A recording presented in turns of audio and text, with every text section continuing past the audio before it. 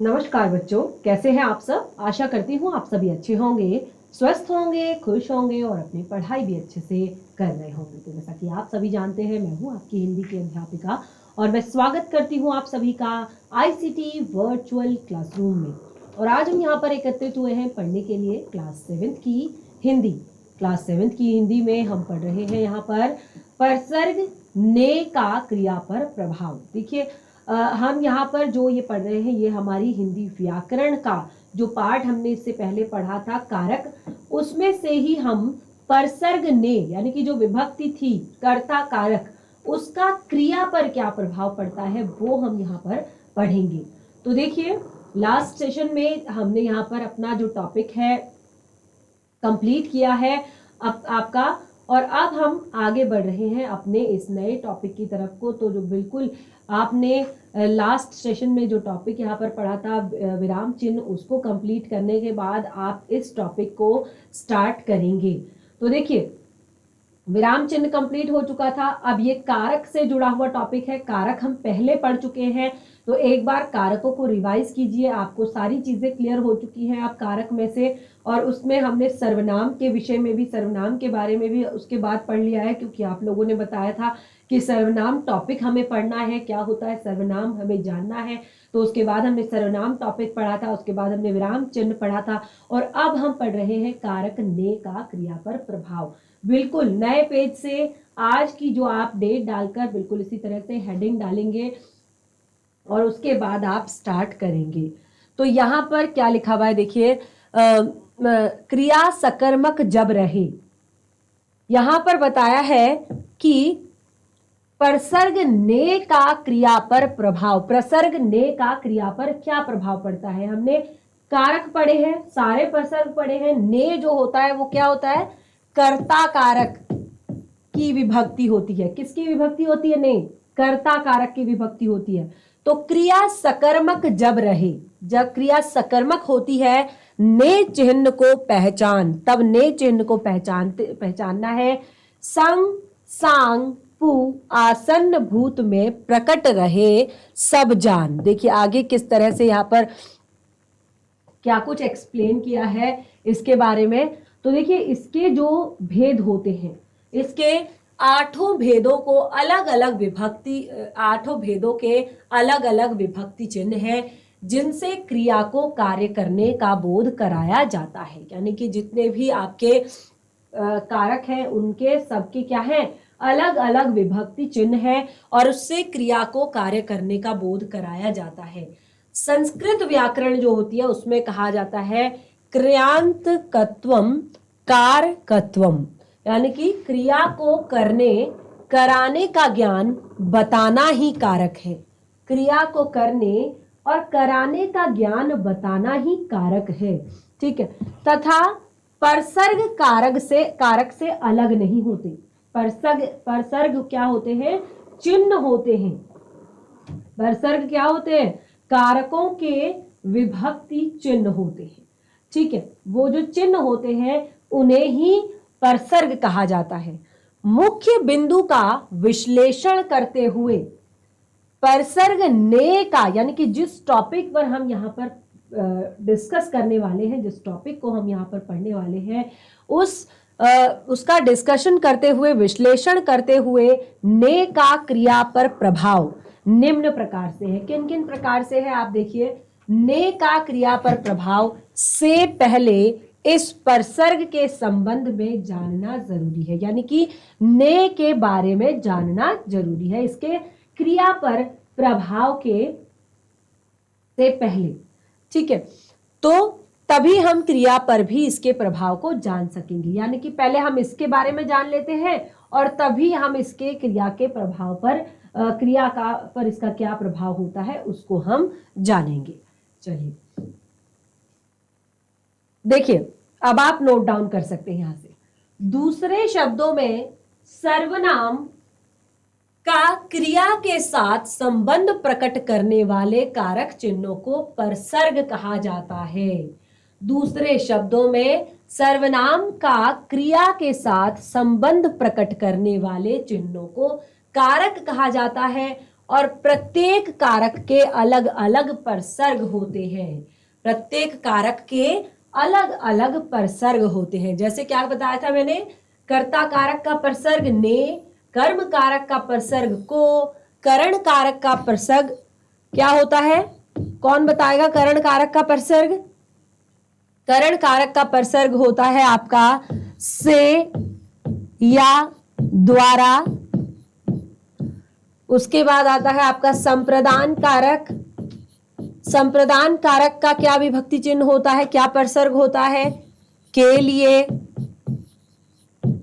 अपादान कारक का क्या विभक्ति चिन्ह होता है, क्या परसर्ग होता है? अपादान कारक का विभक्ति चिन्ह से, और ये आपके दर्शाता है पृथकता को। उसके बाद आपका आता है अपादान कारक के बाद आपका आता है संबंध कारक। संबंध कारक में आपका जो विभक्ति चिन्ह है वो है काके की।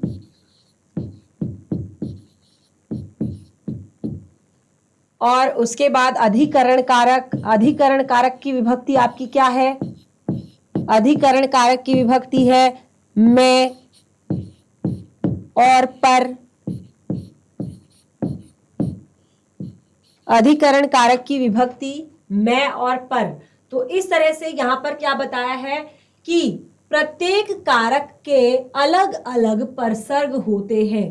प्रत्येक कारक के अलग अलग परसर्ग होते हैं। जैसे कर्ता कारक का ने, कर्म कारक का को, करण कारक का से और द्वारा, संप्रदान कारक का के लिए, अपादान कारक का से, संबंध कारक का के की रारेरी, और अधिकरण कारक का मैं और पर।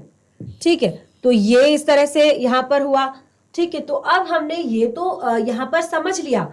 आगे क्या बताया है, जैसे उदाहरण के लिए आप यहां पर देख सकते हैं, उदाहरण दिया है छात्र ने पत्र लिखा। छात्र ने पत्र लिखा, नौकर को बुला लो। तो यहां पर छात्र ने पत्र लिखा, नौकर को बुला लो। तो जो दोनों वाक्य यहां पर लिखे हैं, यहां पर ने और को जो है परसर्ग है। क्या है? विभक्ति चिन्ह है। ने और को आपके परसर्ग हैं। ठीक है, तो इस तरह से परसर्ग ने, परसर्ग कर्ता कारक का परसर्ग है। जो ने है वो क्या है?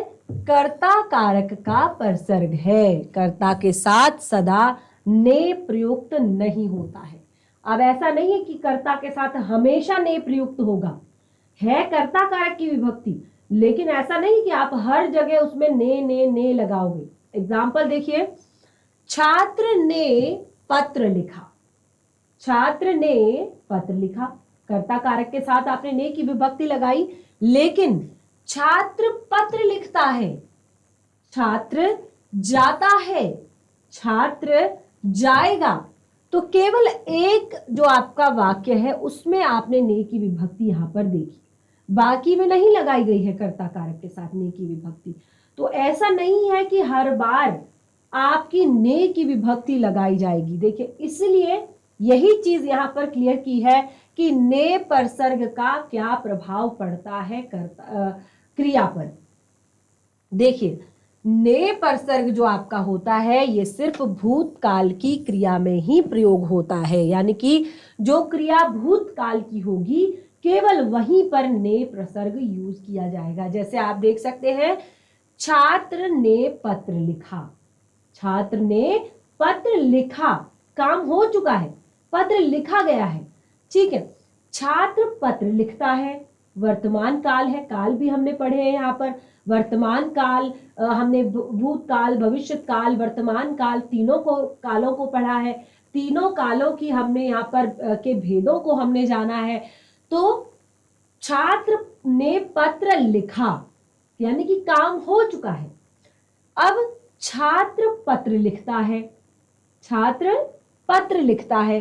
तो छात्र पत्र लिखता है क्या है? प्रेजेंट टेंस है, यानी कि वर्तमान काल है। तो वर्तमान काल में ने की विभक्ति नहीं लगी हुई है। छात्र जाता है, वर्तमान काल है लेकिन ने की विभक्ति नहीं लगी हुई है। छात्र जाएगा, छात्र जाएगा भविष्यत काल है लेकिन ने की विभक्ति नहीं लगी हुई है। तो क्या बताया है कि ने परसर्ग का सिर्फ भूतकाल की क्रिया में ही प्रयोग होता है। ये आपकी भूतकाल की क्रिया है। छात्र ने पत्र लिखा। अब दूसरा पॉइंट, ने परसर्ग का क्रिया पर पूर्णतः प्रभाव पड़ता है। जाहिर सी बात है, जो ने परसर्ग है उसका क्रिया पर पूर्णतः प्रभाव पड़ता है। ने परसर्ग लगने पर क्रिया कर्ता के अनुसार ना होकर कर्म के अनुसार हो जाती है। जैसे अगर ने परसर्ग जब लगता है तो क्रिया कर्ता के अनुसार ना होकर कर्म के अनुसार हो जाती है। ठीक है, छात्र ने पत्र लिखा। तो अगर इस छात्र की जगह अगर आप सीता लिख दें तो सीता ने पत्र लिखा। सीता क्या है? एक वचन है, स्त्रीलिंग है और क्रिया भी बिल्कुल आपकी जो है वो क्या हो जाएगी, चेंज हो जाएगी। यानी कि वो कर्ता के आधार पर, यानी कि वो सीता के आधार पर ना होकर पत्र एक वचन पुल्लिंग के आधार पर हो जाएगी लिखा। सीता ने पत्र लिखा। तो ने परसर्ग लगने पर क्रियाकर्ता के अनुसार ना होकर कर्म के अनुसार परिवर्तित हो जाती है। ठीक है, तो ये हमने कुछ यहाँ पर मुख्य बिंदु जो है, पॉइंट्स जो है पढ़ लिए। आप नोट डाउन भी करते रहेंगे साथ साथ। और देखिए, जब आप नोट डाउन करते हैं तो अगर आपका नोट डाउन हो जाता है तो आप क्लियर कर दीजिए। अगला पॉइंट यहां पर है, ने परसर्ग लगने पर, जब ने परसर्ग लगता है क्रिया पर सकर्मक पूर्ण कृंदति समापिका क्रिया में बदल जाती है। परसर्ग लगने पर क्रिया पूर्ण कृंदति, कृंदति क्या होता है? कृंदत शब्द, ये हमने पढ़े थे ना, कृंदत शब्द। तो ये क्या होता है? ये आपका सकर्मक पूर्ण कृंदति समापिका में बदल जाती है। यानी कि जैसे ही ने परसर्ग लगता है तो क्रिया सकर्मक क्रिया हो जाती है। कैसे सकर्मक हो जाती है? क्योंकि जहां पर हमने कहा कि क्रिया वहां पर अब कर्ता के आधार पर ना होकर कर्म के आधार पर हो जाती है, अर्थात वहां पर कर्म उपस्थित है तभी तो वो कर्म के आधार पर हो जाती है। और इसीलिए जहां पर कर्म उपस्थित होता है वो आपकी सकर्मक क्रिया होती है। ठीक है, तो एग्जाम्पल के लिए देखिए कुछ पॉइंट्स है यहाँ पर, क्या क्या चीजें चेंज होती हैं जब ने परसर्ग लगता है किसी भी वाक्य में कर्ता के साथ। सबसे पहला पॉइंट है, क्रिया भूतकालीन हो जाती है। क्रिया क्या हो जाती है? भूतकालीन हो जाती है। यानी कि जो क्रिया आपकी, जैसे हमने लिखा छात्र पत्र लिख रहा है, पत्र लिख रहा है, लिख रहा है प्रेजेंट टेंस, लेकिन छात्र ने पत्र लिखा तो ये भूतकालिक हो गई क्रिया। क्रिया तो है लेकिन कैसी है? भूतकालिक है। छात्र पत्र लिख रहा है, ये आपकी प्रेजेंट में है, वर्तमान काल में है। पहला पॉइंट है कि क्रिया भूतकालिक हो जाती है ने परसर्ग जब आपका लगता है। दूसरा है, क्रिया का लिंग वचन कर्म के अनुसार हो जाता है। क्रिया का लिंग वचन जो है उसके बाद कर्म के अनुसार हो जाता है। अगर मैं कहूं मोहन पत्र लिखता है, मोहन पत्र लिखता है। ठीक है, मोहन क्या है? मोहन क्या है? पुल्लिंग है, एक वचन है। तो मोहन पत्र लिखता है। अब इसी को मैं यहां पर लिखूं, सीता पत्र लिखती है। तो सीता क्या है? स्त्रीलिंग है, एक वचन है, तो आप देख सकते हैं क्रिया जो है चेंज हो गई है।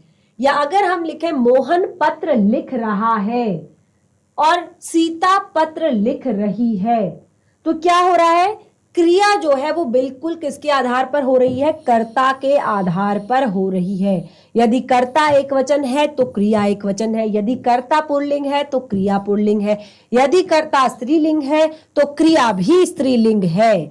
ठीक है ना। तो इस तरह से यहां पर क्रिया का लिंग वचन कर्म के अनुसार हो जाता है, क्योंकि अब यहां पर देखिए ने की विभक्ति नहीं लगी है, तो इसीलिए क्रिया जो है वो कर्ता के आधार पर है। लेकिन जैसे ही हम इसको यहां पर बदल दें, ने की विभक्ति लगा दें, मोहन ने पत्र लिखा, या इसी को मैं फीमेल कर दूं, स्त्रीलिंग कर दूं, सीता ने पत्र लिखा। क्या चेंजेस आए आपके यहां पर, मोहन ने पत्र लिखा, सीता ने पत्र लिखा। अब जो वाक्य है उसमें जो क्रिया है अब वो कर्ता के आधार पर ना होकर कर्म के आधार पर चेंज हो गई है, क्योंकि ने पर सर्ग लग चुका है, ने की विभक्ति यहां पर लग चुकी है, ने लग गया है यहां पर, आप देख सकते हैं। मोहन ने पत्र लिखा, ठीक है, सीता ने पत्र लिखा। अब मोहन और सीता से कोई लेना देना नहीं कि वो स्त्रीलिंग है या पुल्लिंग है। अब जो उनका कर्म है उसके आधार पर क्रिया में परिवर्तन आएगा। ठीक है, तो यही यहां पर बताया गया है कि क्रिया का लिंग वचन कर्म के अनुसार हो जाता है। जैसे कार ने 4 व्यक्तियों को रौंद दिया, कार ने 4 व्यक्तियों को रौंद दिया। आगे देखिए, हमने भोजनोपरांत केले खाए, रमेश ने आम खाया, शीला ने पुस्तक पढ़ी। ठीक है, तो सारे जो है किसके आधार पर चेंज हो गए हैं, सब कर्म के आधार पर परिवर्तित हो गए हैं। अब देखिए, इनमें सभी वाक्यों में ने परसर्ग का प्रयोग हुआ है, जो सामान्य भूतकाल में घटती है। और घटनाएं कैसी है, सामान्य भूतकाल में घटी हुई है, यानी कि भूतकाल में सामान्य रूप से घटित हुई है, इसीलिए सामान्य भूतकाल है। शीला ने पुस्तक पढ़ी, रमेश ने आम खाया, हमने भोजनोपरांत केले खाए, कार ने 4 व्यक्तियों को रौंद दिया। सामान्य भूतकाल में क्रिया हो चुकी है। तो सब में क्या है, ने परसर्ग का यूज किया गया है, ने परसर्ग का प्रयोग किया गया है। तो देखिए यहां पर हमने काफी कुछ चीजें पढ़ ली है अभी तक, और ने परसर्ग के बारे में ये जो टॉपिक है आपका बहुत ही छोटा सा टॉपिक था, क्योंकि इसको आपने, जब हमने कारक पढ़े थे, जब हमने यहाँ पर कारकों के बारे में पढ़ा था, तो उस समय पर आपने कारकों के एक एक भेद को जाना था, सारी चीजें हमने यहाँ पर क्लियर की थी, और मैंने आपको होमवर्क भी दिया था कि उसको घर पर जाकर रिवाइज करेंगे आप लोग, क्योंकि बहुत ही ज्यादा महत्वपूर्ण टॉपिक है आपका ये कारक, और कारक के साथ ही ये जो परसर्ग है इनको पढ़ना बहुत ज्यादा जरूरी है। ठीक है ना। तो अब हम यहाँ पर कुछ प्रश्न हैं उनको हम सॉल्व करेंगे।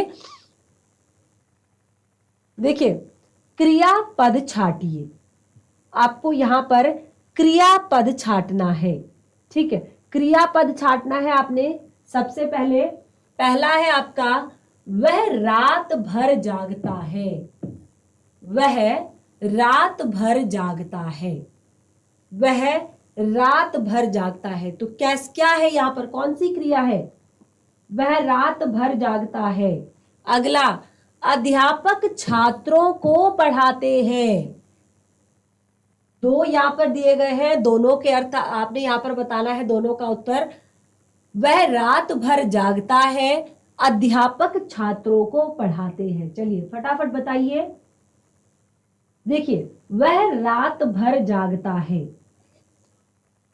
वह जागता है। ठीक है, ये कैसी यहाँ पर क्रिया है? ये आपकी वर्तमान काल की क्रिया है, ने परसर्ग का यूज नहीं हुआ है, तो इसमें कर्म उपलब्ध नहीं है। जब ने परसर्ग का यूज नहीं हुआ है, यानी कि जो क्रिया है वो कर्ता के आधार पर हो रही है, तो यानी कि ये आपकी अकर्मक क्रिया है।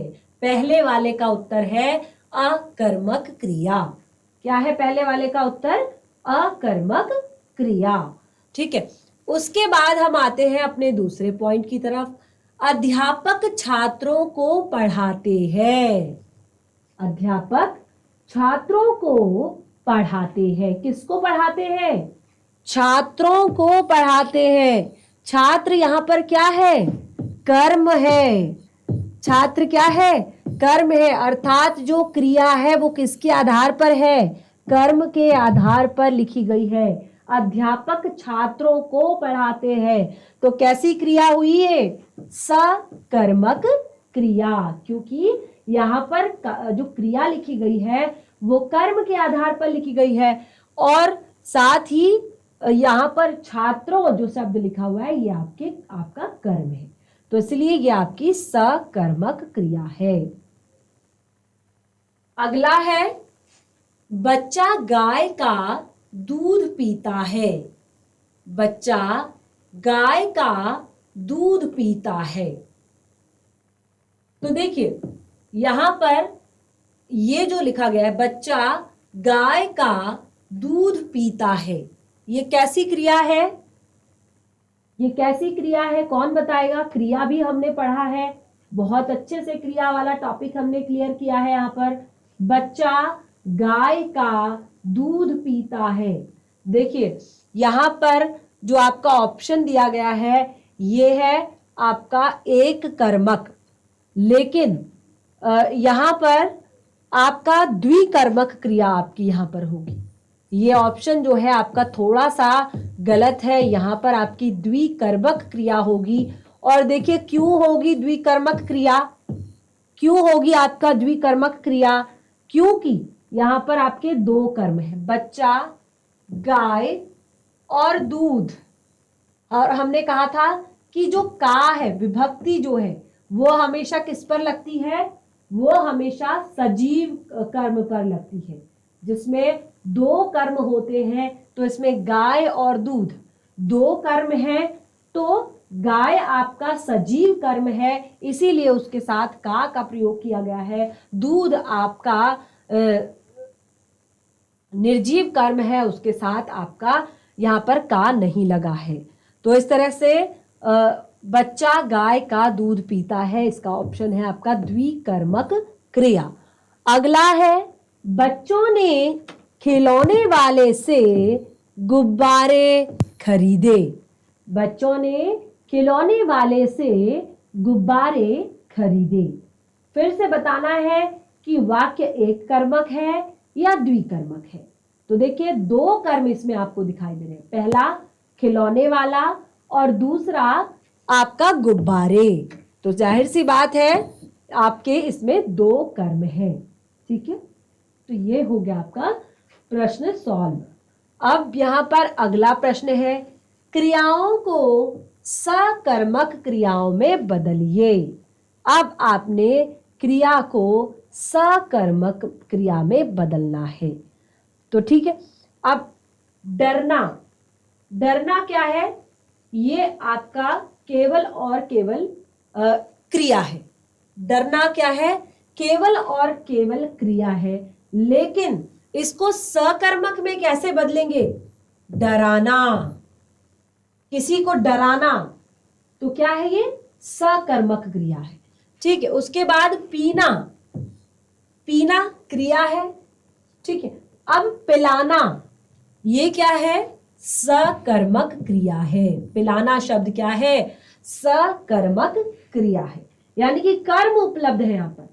पीना, खाना, चलना, सोना, ये सब आपकी क्रियाएं हैं, लेकिन सकर्मक है या अकर्मक कैसे पता चलेगा? जहां पर आपका कर्म उपलब्ध होगा वो आपका सकर्मक होगा। तो पिलाना, किसी को पिलाया जा रहा है, यानी कि कर्म है वहां पर, तो ये पिलाना।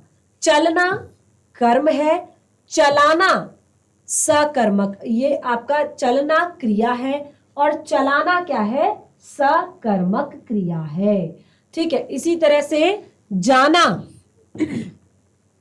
जाना क्या है, क्रिया है, लेकिन आपकी जो भेजना वो कैसी क्रिया है, सकर्मक क्रिया है। क्लियर, ये दूसरा उत्तर भी हमारा यहाँ पर प्रश्न भी क्लियर होता है। अगला है हमारा, सकर्मक क्रिया को अकर्मक क्रिया में बदलिए।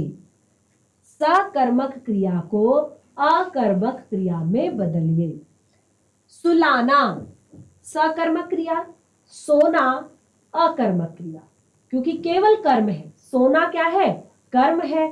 ठीक है, चुभोना, चुभोना क्या है, आपका सकर्मक क्रिया है, लेकिन उसको अकर्मक क्रिया में बदलना है तो चुभना। ठीक है, ये आपकी अकर्मक क्रिया है। तोड़ना, किसी चीज को तोड़ना, कर्म उपलब्ध है उसमें, लेकिन टूटना, कोई अपने आप टूट जाती है चीज, वो आपकी अकर्मक क्रिया है। ठीक है, इसी तरह से जलाना, किसी चीज को जलाना और उसका खुद ब खुद जल जाना। जलाना में कर्म है, किसी के द्वारा किया जा रहा है जलाना। ठीक है, लेकिन जलना, खुद ब खुद जल जाना, तो वो आपका अकर्मक क्रिया है। तो इस तरह से आपने प्रश्न 3 भी यहां पर कंप्लीट कर लिया है। अब देखिए यहां पर कुछ प्रश्न हैं जो आपके लिए होमवर्क है, फटाफट नोट डाउन भी कर सकते हैं। परसर्ग का प्रयोग करके वाक्य बनाइए। अब आपने परसर्गों का प्रयोग करके वाक्य बनाने हैं। आंसर भी दिया है, लेकिन प्रश्न केवल उतारेंगे और उत्तर खुद से लिखेंगे। मोहन मुझसे बोला, फटाफट नोट कीजिए, मोहन मुझसे बोला। महिमा गीत गाया, परसर्ग, जिस परसर्ग के बारे में हमने यहां पर पढ़ा है आप केवल उसी का यूज कर सकते हैं। एक एग्जाम्पल, एक उत्तर आंसर मैं आपको दे देती हूं। मोहन मुझसे बोला, तो आप उत्तर लिखेंगे मोहन ने मुझसे बोला। महिमा गीत गाया, महिमा ने गीत गाया। ठीक है, इस तरह से आप इनको कर सकते हैं। बाकी का ये जो है ये आपके लिए होमवर्क है, इसको आप नोट डाउन कर लीजिए कि निम्नलिखित वाक्यों में ने परसर्ग संबंधित अशुद्धियों को ठीक करके लिखिए। तो आप जहां पर आपको ऐसा लग रहा है वाक्य को पढ़िए, जहां पर आपको ऐसा लग रहा है कि ने परसर्ग लगाया जाना चाहिए वहां पर लगाइए, जहां पर आपको ऐसा लग रहा है कि हटाया जाना चाहिए वहां पर हटाइए, क्योंकि सारी चीजें अब क्लियर हो चुकी है कि कब, कहां, क्यों, कैसे हम ने परसर्ग का यूज करते हैं, उसके आधार पर कैसे क्रिया हमारी चेंज हो जाती है। तो बिल्कुल इस तरह से आज का सेशन हमारा यहीं पे समाप्त होता है। एक बार जो कुछ भी पढ़ा है उसको घर पर जाकर रिवाइज कीजिए, अपना होमवर्क कीजिए। सेशन से संबंधित अगर कोई डाउट होता है तो नेक्स्ट सेशन में क्लियर कीजिए। इस तरह से आज का सेशन हमारा यहीं पे समाप्त होता है। तब तक के लिए धन्यवाद। आपका दिन शुभ हो।